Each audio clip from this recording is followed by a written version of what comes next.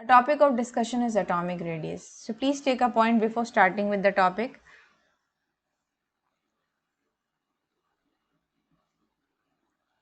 Atomic radius. What is atomic radius? Atomic radius क्या है, हमको यही याद समझना है। हमको पता है कि एटम जो है उसमें क्या होता है, न्यूक्लियस होता है, इतना हम सब जानते हैं।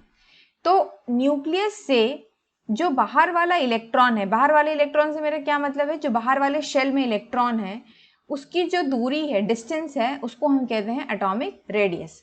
तो अब इसको और अच्छे से आप समझोगे, स्ट्रक्चर को देखो तो आपको समझ में आ जाएगा। ये हमने स्ट्रक्चर बना दिए, न्यूक्लियस भी है इसमें बीच में, ये आपका न्यूक्लियस हो गया और इसके आजू बाजू क्या हो गए हैं, शेल हो गए हैं। तो अब हमको यहाँ पे कोई कंफ्यूजन नहीं होना चाहिए कि न्यूक्लियस कहाँ पर है और शेल कहाँ पर है।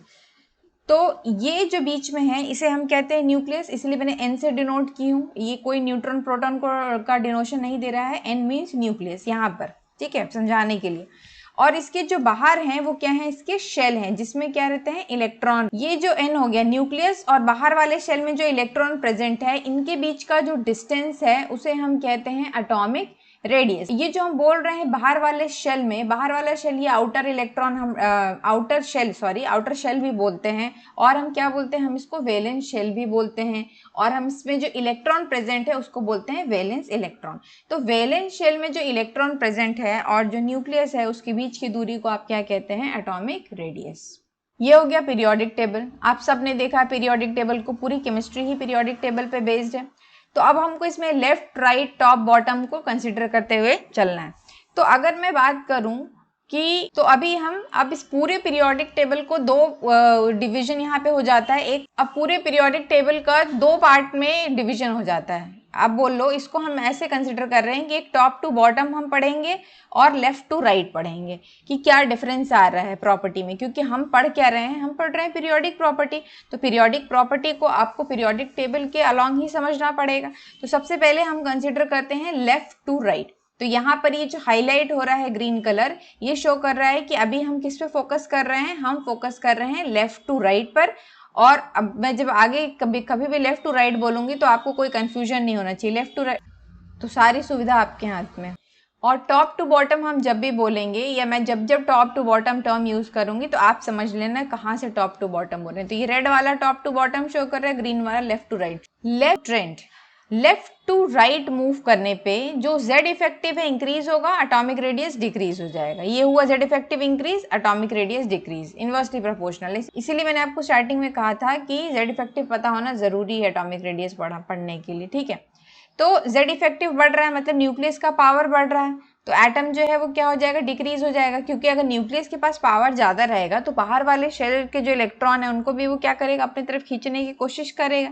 ये बन रहा है आपके लिए एटम, ये बन गया न्यूक्लियस, फिर उसके बाद बन गया ये वाला शेल, एक शेल और बना दिए, ठीक है।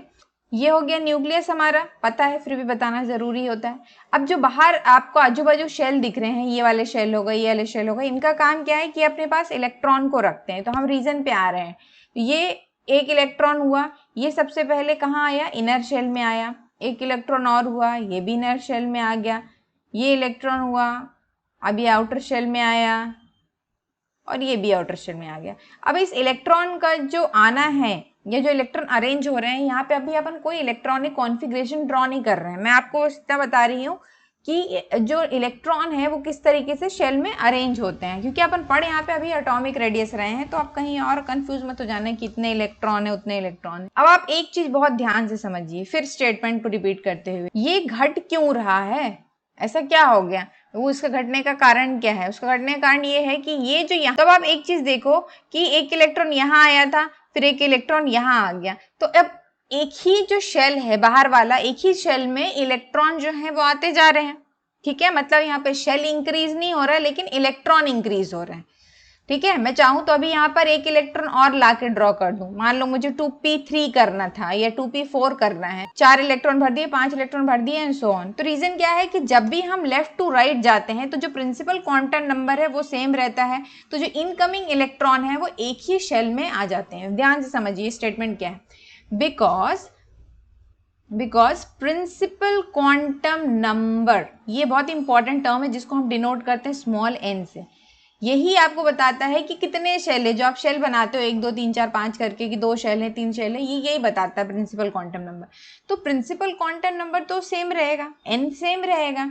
जब भी हम लेफ्ट टू राइट जाते हैं, अब आप जब कभी भी इलेक्ट्रॉनिक कॉन्फ़िगरेशन लिखना शुरू करोगे, जैसे मान लो मैं थोड़ी देर के लिए लिख दूं नाइट्रोजन का, हम यहाँ पे मान लो लेफ्ट टू राइट मूव करने की बात करें पीरियोडिक टेबल में, तो सबसे पहले मान लीजिए मैंने बोरॉन का लिख दी, ठीक है। बोरॉन का एटॉमिक नंबर कितना होता है? 5 होता है। उसके बाद अपन किसका लिखेंगे? कार्बन का लिखेंगे। कार्बन का कितना होता है? 6 होता है। ये अब बोरॉन और कार्बन जो हैं, ये सब कौन से पीरियड में आ रहे हैं? ये सब आ रहे हैं सेकेंड पीरियड में पीरियोडिक टेबल के, ठीक है। ये सब किस में आ रहे हैं? सेकेंड पीरियड में आ रहे हैं। तो अब आप एक चीज नोटिस करना कि जब कॉन्फ़िगरेशन लिखूंगी तो क्या आप डिफरेंस देख रहे हो, ठीक। 1s2 2s2 कितना बच गया? 2p1 बच गया। तो ये हो गया बोरॉन का कॉन्फ़िगरेशन, ठीक है। अब कार्बन का लिखते हैं हम, 1s2 2s2 2p कितना हो गया? 4, और यहाँ पे 2 और आ गया, हो गया। अब आप एक चीज देखिए कि ये जो कार्बन है, इसमें जो बाहर वाला शेल है, ये बाहर वाला जो आप कंसीडर करते हैं, वो क्या है? 2 है। अब आप बोरॉन में देखो, इसमें भी 2 है, मतलब कि इसकी जो n की वैल्यू है प्रिंसिपल क्वांटम नंबर, वो क्या है? 2 है। 2 क्यों है? क्योंकि ये सेकंड पीरियड में है। अगर आप अब थर्ड पीरियड का लिखो, थर्ड पीरियड में आपका क्या आ जाता है? एल्यूमिनियम आ जाता है, सिलिकॉन आ जाता है। अगर पूरा लेफ्ट से मैं लूँ तो ये आ जाता है सोडियम, मैग्नीशियम, एल्यूमिनियम। अब आप इन सब में जब आप इनका कॉन्फ़िगरेशन लिखेंगे, तो जब आप देखेंगे कि जो लास्ट वाला है इलेक्ट्रॉन, वो कौन से प्रिंसिपल क्वांटम नंबर में आ रहा है, लिख ही लेते हैं, ठीक है, ताकि वो भी कंफ्यूजन दूर हो जाए। तो अपन एक कंसिडर कर लेते हैं, मान लो एल्यूमिनियम का। एल्यूमिनियम जो है वो कौन से पीरियड में आता है? थर्ड पीरियड में आता है, ठीक बात है। इसका जो एटॉमिक नंबर है वो होता है 13। कॉन्फ़िगरेशन अगर मैं लिखूं तो 1s2 2s2 2p6, पहले इसको पूरा पूरा भरना जरूरी है। 3s2 3p, कितने बच गए इलेक्ट्रॉन इसमें? अब बच गया 1 इलेक्ट्रॉन, ठीक। ये 6 + 4 ये हो गया 10 11 12 13। अब आप देखिए कि थर्ड पीरियड में जो बाहर वाला शेल था, प्रिंसिपल क्वांटम नंबर था, इलेक्ट्रॉन किस में थे? थर्ड वाले शेल में थे, मतलब कि प्रिंसिपल क्वांटम नंबर इसका क्या हो गया? n = 3। अब हम अगर थर्ड पीरियड में आगे बढ़ते जाएंगे, एल्यूमिनियम के बाद silicon, phosphorus, sulphur, chlorine, argon, ये सब कहाँ खत्म होंगे? ये थर्ड शेल में ही खत्म होंगे। शेल नहीं ऐड हो रहा है, बस इलेक्ट्रॉन ऐड हो रहे हैं, समझ रहे हो आप? कमरा नहीं बढ़ रहा है, बस लोग पे लोग बढ़ते जा रहे हैं, ठीक। तो वही हाल है। तो इसीलिए इसका जो साइज है एटम का, यहाँ पे क्या हो रहा है? एटम का साइज नहीं, रेडियस जो है वो क्या हो रहा है? डिक्रीज हो रहा है, क्योंकि जितने इलेक्ट्रॉन बढ़ेंगे उतने प्रोटॉन भी बढ़ेंगे। जेड इफेक्टिव क्या है? इंक्रीज हो रहा है। जेड इफेक्टिव क्या करेगा? और खींच लेगा उसको, क्योंकि जेड इफेक्टिव को एक्चुअली में हम क्या बोलते हैं? Power of nucleus. तो जब सभी के सब एक ही उसमें है शेल में, तो उसको क्या करेगा? और अपनी तरफ अट्रैक्ट कर लेगा, और साइज जो है वो क्या हो जाएगा? छोटा हो जाएगा। ये रीजन है लेफ्ट टू राइट का। Now top to bottom. अब टॉप टू बॉटम की क्या कंडीशन है? आपको पीरियोडिक टेबल जब मैंने शो किया तब आपको ध्यान आ रहा होगा। मतलब अब मैं अपन कहाँ से कंसीडर कर रहे हैं? हाइड्रोजन से लेके फ्रांसियम तक, ऊपर से नीचे वाला कंडीशन हो रहा है, ठीक है। 1 2 3 4 5 6 ZT होगा। तो जेड इफेक्टिव यहाँ पर डिक्रीज होता है, और एटॉमिक रेडियस क्या होता है? इंक्रीज होता है, क्योंकि ये दोनों एक दूसरे के इनवर्सली प्रोपोर्शनल है। रीजन हमेशा याद रखिएगा कि नंबर ऑफ शेल और उसके इलेक्ट्रॉन पे पूरी आके कहानी खत्म हो जाती है। अब रीजन क्या हो जाएगा? फिर आपकी सुविधा के लिए फिर से एक बार बन रहा है, ये बन, अब आपकी सुविधा के लिए फिर एक स्ट्रक्चर बनाते हैं। ये बन गया न्यूक्लियस, ये बन गया उसका बाहर वाला शेल, और एक शेल और ड्रॉ कर दी हमने, और एक और शेल ड्रॉ कर दी, ठीक हो गया। अब आप देखो, हमने क्या बोले थे कि अब भाई लेफ्ट टू राइट जा रहे थे तो सारे इलेक्ट्रॉन एक ही में ऐड हो रहे थे। इसमें क्या कंडीशन हो रही है? इसमें हो रहा है एक इलेक्ट्रॉन यहाँ आया, इलेक्ट्रॉन को देखते जाओ बस।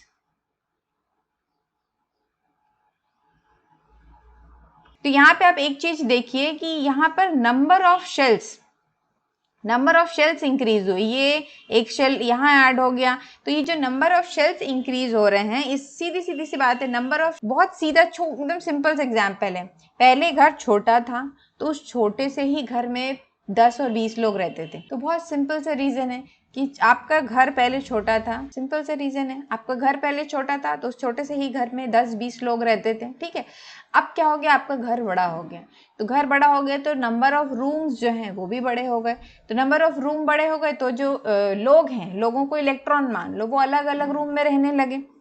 जैसे वो अलग अलग रूम में रहने लगे तो साइज जो है अब यहाँ पे क्या हो गया, बड़ा हो गया। पहले घर छोटा था, अब क्या हो गया, बड़ा बन गया। तो इलेक्ट्रॉन भी क्या है कि उनको खुशी थोड़ा नहीं होगी एक ही जगह ठूस के रहने की, वो अलग अलग जगह रहेंगे आराम से। तो साइज बड़ा हुआ, इलेक्ट्रॉन डिस्ट्रीब्यूट हो गए, तो एटॉमिक रेडियस क्या हो जाएगा, अपने आप बढ़ जाएगा। जो दूरी है, अब जो स्क्वायर फीट है आपके घर की, ठीक है, पहले 800 स्क्वायर फीट में घर बना था, अब आपका बड़ा स्क्वायर फीट में घर बन गया, मान लो 1200 या 1500 स्क्वायर फीट में घर बन गया। तो अब आपका जो न्यूक्लियस है, इस न्यूक्लियस से बाहर वाले शेल के इलेक्ट्रॉन की जो दूरी है, डिस्टेंस जो है वो क्या हो गया, इंक्रीज हो गया। और जैसे ही डिस्टेंस इंक्रीज होगा, एटॉमिक रेडियस इंक्रीज हो जाएगा, सीधी सी बात है। So due to how, what is the reason, due to addition of new shell. किस पे फोकस करिए, ये नया नया नया न्यू शेल। न्यू शेल मतलब नया घर, नया घर कैसा घर, बड़ा घर, करेक्ट। तो न्यू शेल जब आ गया तो साइज जो है वो क्या हो गया, इंक्रीज हो गया। साइज इंक्रीज हो गया, देयरफॉर एटॉमिक रेडियस इंक्रीज हो गया, साइज बढ़ा तो रेडियस बढ़ा, ठीक। अब हमने लेफ्ट टू राइट समझ लिया, टॉप टू बॉटम समझ लिया, यही दो चीजें होती हैं पीरियोडिक टेबल में। अब हमने इस एक ट्रेंड को मान के चले, अब ये हमारी मान्यता हो गई। हमारी मान्यता क्या हो गई, हमने क्या मान ली, हमने ये मान लिए कि भाई लेफ्ट टू राइट जाओगे तो कुछ भी कर लो, आपका जो एटॉमिक रेडियस है वो डिक्रीज ही होगा। लेफ्ट टू राइट की बात कर रही हूँ, ठीक। और टॉप टू बॉटम जाओगे तो एटॉमिक रेडियस जो क्या है वो इंक्रीज हो गया। ये हो गया ट्रेंड, इसको बोलते हैं trend. Trend mean those things which you accept, ठीक। पीरियोडिक टेबल के साथ भी यही कंडीशन है। क्या कंडीशन आ गई, हमने भी इसको यही मान के चल लिए, पर अब इसको थोड़ा और डिटेल में समझते हैं। कभी कभी मान्यताएं टूटती हैं, तो पीरियोडिक टेबल की भी मान्यता टूटेगी। तो अब देखते हैं पीरियोडिक टेबल की मान्यता कैसे टूट रही है। मान्यताओं का काम ही है टूटना, उसको तोड़ो नहीं तो जीवन में आगे बढ़ नहीं। वो आप तोड़ो, कैसे तोड़ें, पहले आ गया बेरिलियम, फिर आया मैग्नीशियम, कैल्शियम, स्टोंशियम, बेरियम और फिर आ गया रेडियम। ये कौन सा ग्रुप है, ये सेकेंड ग्रुप है, राइट। ये ग्रुप की बात हो रही है। अब हम ड्रॉ करते हैं 13th ग्रुप, ये थर्ड है जिसको आप बोलते हो। इसमें क्या क्या आता है, इसमें आता है बोरॉन, एल्यूमिनियम, गैलियम, इंडियम, निहोनियम। अब निहोनियम बोलो, निबोनियम बोलो, जो बोलना है आपको बोलो, योर विश, ओके। तो ये दोनों ग्रुप हो गए, second group and 13th group. अब देखिए हम कैसे मान्यताओं का कचड़ा बनाते हैं। हमने अभी तक क्या पढ़ा था कि लेफ्ट टू राइट जाएंगे एटॉमिक रेडियस क्या होगा, डिक्रीज होगा। टॉप टू बॉटम जाएंगे, जो एटॉमिक रेडियस है वो क्या होगा, इंक्रीज होगा। क्यों इंक्रीज हो रहा था, रीजन क्या दिए थे हमने कि साइज इंक्रीज हो रहा। बट क्वेश्चन आ गया कि atomic radius of gallium is less than aluminium. ये क्या हो गया भाई, अभी तक तो आप कुछ और पढ़ा रहे थे, आप तो ये कह रहे थे कि लेफ्ट टू राइट जाओगे तो यहाँ पर तो यही होना चाहिए था कि जो गैलियम है उसका जो एटॉमिक रेडियस है वो टॉप टू बॉटम आने पर इंक्रीज होना चाहिए, मतलब गैलियम का एल्यूमिनियम से ज़्यादा होना चाहिए एंड सो ऑन। जैसे कि एल्यूमिनियम का बोरॉन से ज़्यादा है तो गैलियम का भी तो ज़्यादा होगा। तो यहाँ पर आप ये क्या बोल रहे हैं, ये हाईलाइट हो रहा है, ध्यान देना, ये लेस क्यों बोल रहे हैं आप, क्यों लेस है। तो यही चीज़ तो हमको समझना है कि इसमें क्या हो गया, ठीक। जब आप गैलियम का कॉन्फ़िगरेशन लिखते हैं और अब आप जब कैल्शियम का लिखते हैं, कैल्शियम का एटॉमिक नंबर क्या होता है, 20 होता है, करेक्ट। और जब आप इसका कॉन्फ़िगरेशन लिखेंगे, ये एस ब्लॉक में है, सीधी सी बात है, तो ये इसमें डी तो आ ही नहीं सकता। तो जब आप इसका कॉन्फ़िगरेशन लिखोगे तो ये तो यहाँ लिख दो आर्गन, जिसने 18 इलेक्ट्रॉन ले लिया पूरे पूरे। अब क्योंकि जो कैल्शियम है वो कौन से पीरियड का है, कैल्शियम है आपका 4th पीरियड का, तो यहाँ लिख दो 4s2 क्योंकि 2 इलेक्ट्रॉन बचे थे। तो ये हो गया कैल्शियम का, ठीक है। गैलियम में क्या कंडीशन आ रही है, गैलियम तो वैसे भी आपका पी ब्लॉक में आता है, तो गैलियम का एटॉमिक नंबर होता है 31, राइट। अब इसका अगर कॉन्फ़िगरेशन लिखें तो 18 इलेक्ट्रॉन, जो 18 इलेक्ट्रॉन है वो तो हमने आर्गन ने यहाँ पे ले लिया, ठीक है। अभी कौन से पीरियड में है आपका, ये भी 4th पीरियड में है। इतना लंबा ना लिख के इसको शॉर्ट में लिख दे रहे। तो आर्गन इसने 18 इलेक्ट्रॉन ले लिया, अब बचे कुछ चेंज है बाकी में जाएंगे। अब यहाँ पर होता ये है कि 4s, रुको 4s2 4p1, मैं भी आपको स्टेबिलिटी नहीं समझा रही हूँ इसलिए आपको कंफ्यूजन नहीं होना चाहिए। ये कितने हैं, 2 ये हो गया, 3 ये हो गया। इसके पहले भर जाता है 3d। 4s और 4p के पहले ही क्या भर जाता है, 3d भर जाता है। और कितने इलेक्ट्रॉन के साथ, 10 इलेक्ट्रॉन के साथ, राइट। तो अब देखिए रीजन यहाँ पर क्या है कि जब गैलियम वाली कंडीशन आती है, मतलब जब हम कैल्शियम से गैलियम की तरफ मूव होते हैं, ऑब्वियसली ट्रांजिशन सीरीज बीच में आएगा, तो जब हम मूव होते हैं तो 3d सीरीज एंटर कर जाती है, ठीक है। अब d में ऑब्वियसली 3d सीरीज एंटर कर जाती है, और d में 10 इलेक्ट्रॉन यहाँ पे फिल हुए हैं गैलियम की कंडीशन में। अब ये जो d सीरीज है वो क्या करती है, गैलियम के साइज को रिड्यूस कर देती है। ये आपका कॉन्फ़िगरेशन हो गया यहाँ पर, ठीक। ये हो गया आपका कॉन्फ़िगरेशन 3d10 4s2। तो ये जो यहाँ पर डी वाला डी सीरीज आ गया, डी सीरीज का क्या करेगा, डी सीरीज पूरा काम खराब कर दिया। आपको याद होगा कि जेड इफेक्टिव जब मैंने आपको पढ़ाया था और आपने नहीं देखा होगा वीडियो, ऐसे भी आपको पता होना चाहिए कि जब भी जो डी की कंडीशन है, डी और एफ की, ये क्या है, बहुत ही पुअर इनका शील्डिंग या स्क्रीनिंग इफेक्ट होता है। ये पुअर स्क्रीनिंग इफेक्ट या पुअर शील्डिंग इफेक्ट के वजह से न्यूक्लियस क्या करता है, आराम से बाहर वाले इलेक्ट्रॉन को खींच लेता है, जिसकी वजह से उसका साइज जो है वो क्या होता है, कम हो जाता है। इसी वजह से अगर आप एल्यूमिनियम को कंसिडर करेंगे तो एल्यूमिनियम की कंडीशन में क्या हो रहा है कि यहाँ पर डी सीरीज नहीं है, यहाँ पे डी आता ही नहीं है, क्योंकि एल्यूमिनियम का कॉन्फ़िगरेशन में 3p1 आता है आखिरी में। और गैलियम में क्या हो रहा है कि डी आ गया, गैलियम से डी सीरीज शुरू हो गई। इसने क्या किया, इसके साइज को छोटा कर दिया, और जब साइज छोटा होगा तो एटॉमिक रेडियस भी छोटा हो जाएगा। साइज क्यों छोटा हुआ, कोई पूछेगा क्यों छोटा हुआ, ऐसे छोटा हो गया क्या?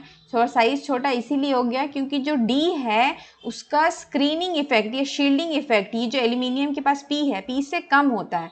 स्क्रीनिंग इफेक्ट, ये शील्ड कमजोर होने की वजह से, टूटी खिड़की होने की वजह से इलेक्ट्रॉन जो है इजीली अट्रैक्ट हो जाते हैं न्यूक्लियस की तरफ, जिसकी वजह से साइज छोटा होगा। साइज छोटा होगा तो रेडियस को होना ही पड़ेगा, नहीं भी चाहेगा तब भी उसको छोटा होना पड़ेगा। I hope the reason is clear to you.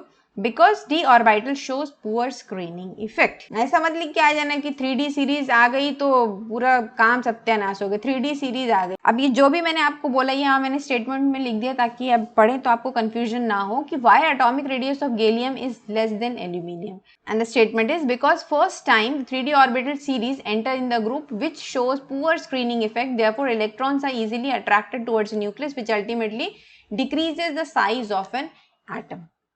मैं उसके साथ इतनी स्पीड से नहीं पढ़ सकती, but you have to understand that time the 3D orbital series या 3D series enters the group which shows poor screening. ये ही है main reason.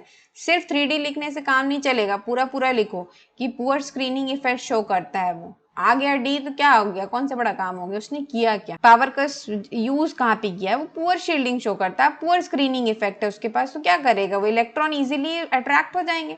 therefore electrons are easily attracted towards the nucleus. so these term you have to use everywhere, हर जगह term को use होना है कि easily attract हो जाते हैं। कहाँ अट्रैक्ट हो जाते हैं, न्यूक्लियस की तरफ अट्रैक्ट हो जाते हैं। और न्यूक्लियस की तरफ जैसे ही इलेक्ट्रॉन अट्रैक्ट होंगे डी शेल के, डी शेल जब अट्रैक्ट होना शुरू हो जाएगा ऑर्बिटल न्यूक्लियस की तरफ, तो क्या करेगा साइज, अब साइज को चुपचाप से डिक्रीज होना पड़ेगा, तो it will decrease the size of the atom. अभी तक भी अगर आपको क्लियर नहीं है तो एक बार और समझ लो। लास्ट ये हो गया आपका न्यूक्लियस पॉजिटिव चार्ज, ये हमने बना दिया डी ऑर्बिटल, ठीक। हम कह रहे हैं डी ऑर्बिटल कैसा ऑर्बिटल है, एक बहुत ही गरीब ऑर्बिटल है, पुराना ऑर्बिटल जिसकी खिड़कियां टूटी हैं, जिसके घर की तो खिड़कियां टूटी हैं, तो जो लाइट है या लाइट जो है वो इजीली पास आउट हो जाती है। और इसी वजह से अभी क्या है डी में, अब खिड़की लेके मत घूमने लगना, वो तो एक तुम लोग को याद रखने के लिए मैंने बोला है। तो डी में क्या है, डी ऑर्बिटल में जब भी इलेक्ट्रॉन होंगे तो इलेक्ट्रॉन अट्रैक्ट हो जाएंगे क्योंकि वो पुअर स्क्रीनिंग शो करते हैं, इसको याद रखिएगा। So this also shows that it is not necessary that every time we have to follow what has been given to you or what has been taught to you. It can be broken, it can be dismissed, it can be rejected, right. So टूटी खिड़की, broken window, जहां पर electron present है आराम से जाएंगे। जब खिड़की टूटी है तो न्यूक्लियस क्या करेगा, बैठा नहीं रहेगा, उसका जो जेड इफेक्टिव है बहुत ज़्यादा है, फोर्स ऑफ अट्रैक्शन बहुत पाया है उसके पास, फोर्स इतना ज़्यादा है कि वो इलेक्ट्रॉन को खींच लेगा। खत्म कहानी, साइज छोटा हो गया। एस पढ़ लिया, ठीक, पूरा एटॉमिक नंबर मैंने नहीं लिखा है। स्कैंडियम का लिख दिया 21 और उसके बाद लिख दिया लास्ट में जिंक का 30। अंडरस्टूड है कि बीच में 21 से 30 के बीच में क्या आएगा। Same with yttrium and so on, right. अब ये जो भी इसमें चेंजेस आ रहे हैं आप देखते जाइए। एक प्रकार का ये इक्वल टू दिख रहा है आपको, पर ये इक्वल टू नहीं है। इक्वल टू मान सकते हैं, इक्वल टू का मतलब होता है पूरा पूरा एक जैसा। और इस यहाँ पर जो डी ब्लॉक है उसमें हम ये बोल रहे हैं कि जैसे मॉलिबेडनम हो गया, ये मॉलिबेडनम और ये मॉलिबेडनम हो गया और ये टंगस्टन हो गया, इनका एटॉमिक रेडियस लगभग सेम होता है।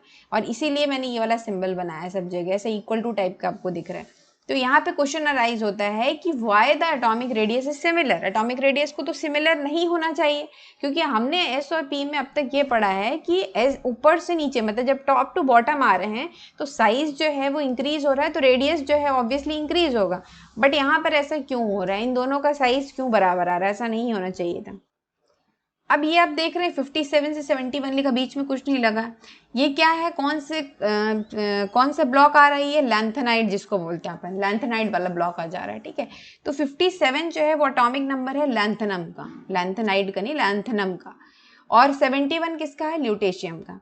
अब आप देखो 57 से 71, बट 57 को मैं नहीं लिख रही हूँ यहाँ पे, क्योंकि 57 जो है वो लैंथेनम का एटॉमिक नंबर है और लैंथेनम का जो कॉन्फ़िगरेशन है वो 57 है। तो यहाँ पे लैंथेनम को अलग करो। उसके बाद से 58 से लेके ल्यूटेशियम तक, जो 8 से लेके ल्यूटेशियम तक क्या होता है, क्यों अपन बोल रहे हैं कि एटॉमिक रेडियस सिमिलर हो जा रहा है। एटॉमिक रेडियस सिमिलर होने का कारण ये है कि जब आप 58 से 71 तक पहुंचते हैं तो क्या हो जाता है, 4f सीरीज एंटर कर जाती है। जैसे अभी हमने पढ़ा एल्यूमिनियम गैलियम के केस में, तो 4f सीरीज एंटर कर गई, मतलब कॉन्फ़िगरेशन 4f2 से शुरू होता है। सोचो कहाँ से शुरू हुआ, 4f2 जो सीरियम का कॉन्फ़िगरेशन है, कहाँ एंड हुआ, 4f14 मतलब ल्यूटेशियम में।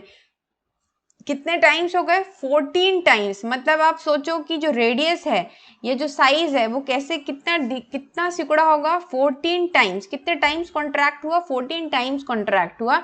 और कॉन्ट्रैक्ट होते होते होते जो साइज है वो उसका एक लगभग क्या जाता है, सेम आ जाता है। इसीलिए जब हम लेफ्ट टू राइट जाते हैं तो कितने टाइम्स बीच में, कितने का अंतर आ रहा है, 14। तो 14 टाइम्स सोचो, धीरे धीरे धीरे करके रेडियस जो है वो क्या हुआ, कॉन्ट्रैक्ट हुआ होगा, छोटा हुआ होगा।